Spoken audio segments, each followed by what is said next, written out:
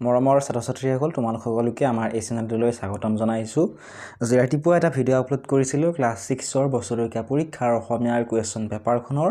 বহুতেই মোক WhatsApp message কৰি সুধিছিলে যে সেই পেপাৰখনৰ আনসাৰখিনিও কৰি দিব লাগে। গতিকে চেষ্টা কৰিছোঁ মই তোমালোক কৰি দিবলৈ। ভিডিঅ'টি শেষলৈকে চাই থাকিবা আৰু যদি ডাইৰেক্ট কুৱেশ্যন পেপাৰখন লাগে তোমালোকে সেই ভিডিঅ'টো চাই ল'বা। ঠিক আছে। সময় আছিল 3 ঘণ্টা আৰু 1 নম্বৰৰ প্ৰশ্ন আগত আছিল। 1 নম্বৰত দিছিল তলৰ যিকোনো এটা কবিতাৰ প্ৰথম আঠশাৰী লিখি কবিজনৰ নাম লিখা। ইয়াত দিছিলে বিহু আদৰণি আৰু সঞ্চয়। যিকোনো এটা কবিতাৰ প্ৰথম আঠশাৰী লিখিব দিছে। লিখাৰ পিছত কবিজনৰ নামটো লিখিব দিছে। মই তোমালোকক বিহু আদৰণি লিখি দিছোঁ। ঠিক আছে। তোমালোকে কিতাপখনত চাইও লিখিব পাৰা। শুনা ঐ ছটাই পেপাতি বজাই ৰঙালীক আহালৈ পদূলি মুখত বাট চাই চাই থাকিম কিমান ৰৈ আনিলো জেতুকা আনিলো থেৰেজো। যেটা আঠলাইন লিখিব দিছিল মই আঠলাইন লিখি দিছোঁ। ঠিক আছে। আৰু কৈছিলে কবিজনৰ নাম লিখিব দিছে। কবিজনৰ নাম হৈছে মিত্ৰদেৱ মহন্ত। কবিজনৰ নামত তোমালোকক দিছিলে 2 নম্বৰ। 2 নম্বৰ দিছিল মাত্ৰ উত্তৰ লিখা। 6টা প্ৰশ্ন দিছিল, প্ৰত্যেকটোতে 1 নম্বৰ হৈ টোটেল 6 নম্বৰ। 1 নম্বৰ প্ৰশ্নটো আছিলে নৱকান্ত বৰুৱাদেৱে কোনখন উপন্যাসৰ বাবে সাহিত্য অকাডেমি বঁটা লাভ কৰিছিল? উত্তৰটো হৈছে নৱকান্ত বৰুৱাদেৱে ককা দেউতাৰ হাড় নামৰ উপন্যাসখনৰ বাবে সাহিত্য অকাডেমি বঁটা লাভ কৰিছিলে। 6 নম্বৰ প্ৰশ্ন অৰণ্যত চিকাৰ কৰি কোনে ভাল পাইছিল? উত্তৰটো হৈছে অৰণ্যত চিকাৰ কৰি আকবৰে ভাল পাইছিল। কাষত যে 1 নম্বৰ 6 নম্বৰ বুলি লিখি দিয়া আছে এইখিনি তোমালোকে কিতাপখনৰ কিমান নম্বৰ পেজত আনসাৰটো পাবা প্ৰশ্নটোৰ সেইটো মই লিখি দিছোঁ। ঠিক আছে। গ নম্বৰ প্ৰাক শংকৰী যুগৰ শ্ৰেষ্ঠ কবি কোন? প্ৰাক শংকৰী যুগৰ শ্ৰেষ্ঠ কবি হৈছে মাধৱ কন্দলী আৰু শংকৰী যুগৰ শ্ৰেষ্ঠ কবি এইটো বেলেগ হ'ব। প্ৰাক শংকৰী হ'লে হ'ব মাধৱ কন্দলী। ঠিক আছে। নেক্সট কুৱেশ্যন ঘ নম্বৰ বায়ে সোপালৈ বুলি কি ফুল আনিলে? এইটো হ'ব কপৌ ফুল। গ নম্বৰ ছটাই বুলি কোনটো মাহক মতা হয়? উত্তৰটো হৈছে ছটাই বুলি চ'ত মাহক মতা হয়। 5 নম্বৰ উয়ে কি সঞ্চয় কৰে? উত্তৰটো হৈছে উয়ে নিৰহ শুকান মাটি সঞ্চয় কৰে। 3 নম্বৰ দিছিল তলৰ প্ৰশ্নবোৰৰ উত্তৰ লিখা। 2 নম্বৰ কৰি দিছিল 5টা প্ৰশ্ন টোটেল 10 নম্বৰ। ক নম্বৰ দিছিল বিহুত ব্যৱহাৰ কৰা দুবিধ বাদ্যযন্ত্ৰৰ নাম লিখা। বিহুত ব্যৱহাৰ কৰা দুবিধ বাদ্যযন্ত্ৰৰ নাম হৈছে গগনা আৰু বাঁহী। খ নম্বৰ লক্ষ্মীনাথ বেজবৰুৱাক কিয় ৰসৰাজ উপাধি দিয়া হৈছিল? উত্তৰটো হৈছে লক্ষ্মীনাথ বেজবৰুৱাদেৱৰ লেখাৰ প্ৰায়বোৰ কথাই ৰসেৰে উপচি থকা বাবে তেখেতক ৰসৰাজ উপাধি দিয়া হৈছিল। গ নম্বৰ আইতাকে লোৱা দৃঢ় সংকল্পটো কি আছিলে? আইতাকে কন্নৰ ভাষাৰ বৰ্ণমালা শিকিবলৈ তেওঁ দৃঢ় সংকল্প লৈছিল বা প্ৰতিজ্ঞাবদ্ধ হৈছিলে। ঘ নম্বৰ গুৰুপ্ৰসাদ দাস লণ্ডনলৈ কিয় গৈছিল?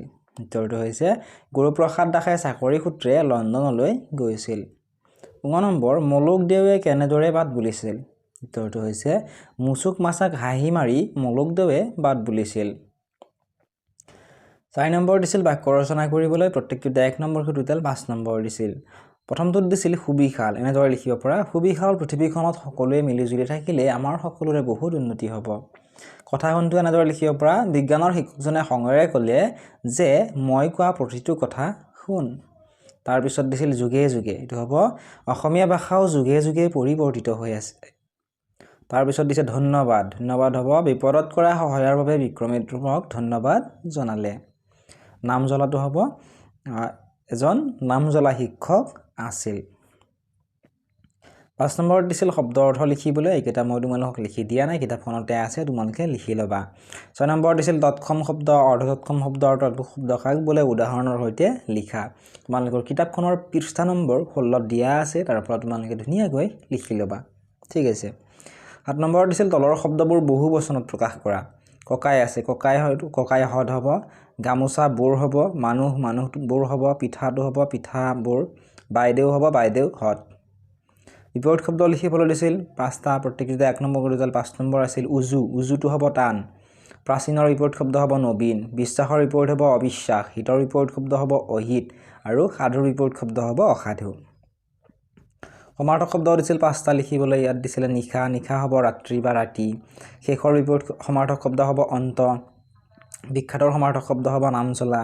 বন্ধুৰ সমাৰ্থক শব্দ হ'ব মিত্ৰ আৰু চকুৰ সমাৰ্থক শব্দ হ'ব নয়ন। 10 নম্বৰ দিছিল তলৰ শব্দকেইটা খালী ঠাইত বহুৱাই বাক্যবোৰ সম্পূৰ্ণ কৰা। শব্দকেইটা দিছিলে সৈতে বাবে কাৰণে আৰু যদি তেহে আৰু নাইবা ক নম্বৰ দিছিল শ্ৰীৰামৰ ডেছ সৈতেও বনলৈ গৈছিল ইয়াত হ'ব শ্ৰীৰামৰ সৈতে সীতাও বনলৈ গৈছিল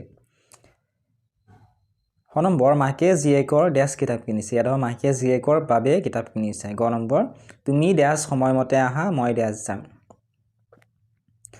মই সোনকালে যাম তুমি ইয়াত হ'ব যদি সোনকালে আহা মই যাম খ নম্বৰ দিছিল মোৰ ডেছ তুমি চিন্তা নকৰিবা মোৰ কাৰণে তুমি চিন্তা নকৰিবা হ'ব গ নম্বৰ আছিল তেওঁ ডেছ তুমি গুৱাহাটীলৈ আহা ইয়াত হ'ব তেওঁ নাইবা তুমি গুৱাহাটীলৈ আহা 11 নম্বৰ দিছিল সন্ধি পাতিবলৈ 2 নম্বৰ হয় 4 নম্বৰ দিছিল জন যোগ এক হ'ব এটো হ'ব জনৈক উদ্যোগ লাখটো হ'ব উল্লাস 12 নম্বৰ দিছিল সন্ধি ভাঙিবলৈ পৰাধীন আৰু উন্নতি পৰাধীনটো হ'ব পৰযোগ অধীন পৰাধীন আৰু উন্নতি হ'ব উদ্যোগ নতি উন্নতি 13 নম্বৰ দিছিল এটা শব্দত প্ৰকাশ কৰিবলৈ ক নম্বৰ দিছিল যি নিয়মমতে খৰচ কৰে ক নম্বৰটো হ'ব মিতব্যয়ী যি নিয়মমতে খৰচ কৰে মিতব্যয়ী বুলি কোৱা হয় খ নম্বৰ দিছিল গোটেই জীৱন জুৰি হ'ব আজীৱন যিয়ে গুণেৰ গুণ বুজিব পাৰে এটো হ'ব গুণগ্ৰাহী পুৱাই স্মৰণ কৰাৰ যোগ্যটো হ'ব প্ৰাতঃস্মৰণীয় 14 নম্বৰ দিছিল ভাৱ বহলাই লিখা একান্ত অধ্যৱসায় আৰু পৰিশ্ৰমে উন্নতিৰ মূল মন্ত্ৰ ইয়াত দিছিলে 3 নম্বৰ এনেদৰে লিখিব পৰা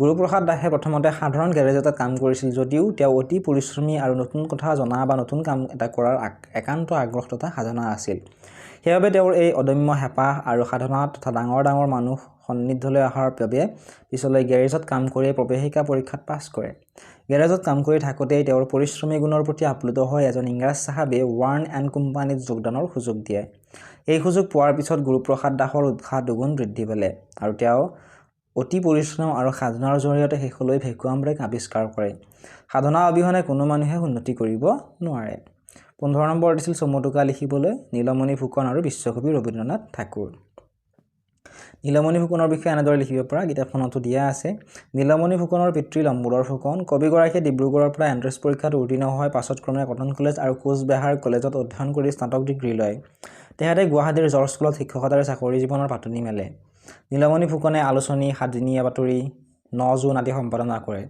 ভাতিবয়সত সাহিত্য সৃষ্টি আৰম্ভ কৰা নীলমণি ফুকনে জ্যোতিকণা মানসী গুটিমালি জিনজিৰি সন্ধানী অমিত্ৰা আহুতি শতধৰা মৰাডালৰ কুহিপাত আৰু মানস প্ৰতিমা কবিতা পুথিৰ উপৰি চিন্তামণি আৰু সাহিত্য কলা নামৰ উৎকৃষ্ট প্ৰবন্ধ পুথিও ৰচনা কৰে ককা নীলমণি ফুকন নামেৰে পৰিচিত বিশিষ্ট কবিগৰাকীক সৰ্বজন স্বীকৃত বাকপটুতাৰ বাবে বাগ্মিবৰ নামেৰেও জনা যায় তাৰ পিছত দিছিল বিশ্বকবি ৰবীন্দ্ৰনাথ ঠাকুৰ এনেদৰে লিখিব পৰা বিশ্বকবি ৰবীন্দ্ৰনাথ ঠাকুৰ কলিকতাৰ যোৰাহাকুৰ ঠাকুৰ পৰিয়ালত কবিগুৰু ৰবীন্দ্ৰনাথ ঠাকুৰৰ জন্ম হয় ৰবীন্দ্ৰনাথ ঠাকুৰ একাৰাগে কবি নাট্যকাৰ উপন্যাসিক চুটিকল্পকাৰ সাহিত্য সমালোচক সংগীতকাৰ আৰু চিত্ৰশিল্পী প্ৰতিটো বিভাগতে তেওঁৰ সৃষ্টি আছিল অসাধাৰণ শিল্পগুণেৰে সমৃদ্ধ 1913 চনত ৰবীন্দ্ৰনাথে তেখেতৰ মহৎ গ্ৰন্থ গীতাঞ্জলিৰ বাবে নোবেল বঁটা লাভ কৰে বহুমুখী সাহিত্যিক প্ৰতিভাৰ অধিকাৰী বিশ্বকবিৰ আন কেইখনমান উল্লেখযোগ্য গ্ৰন্থ হ'ল মানসী ঘৰে বাইৰে সোণাৰ তৰি গোৰা ডাকঘৰ স্বদেশী আন্দোলনৰ সমৰ্থনত তেখেতে বহুত দেশপ্ৰেমমূলক গীত ৰচনা কৰিছিল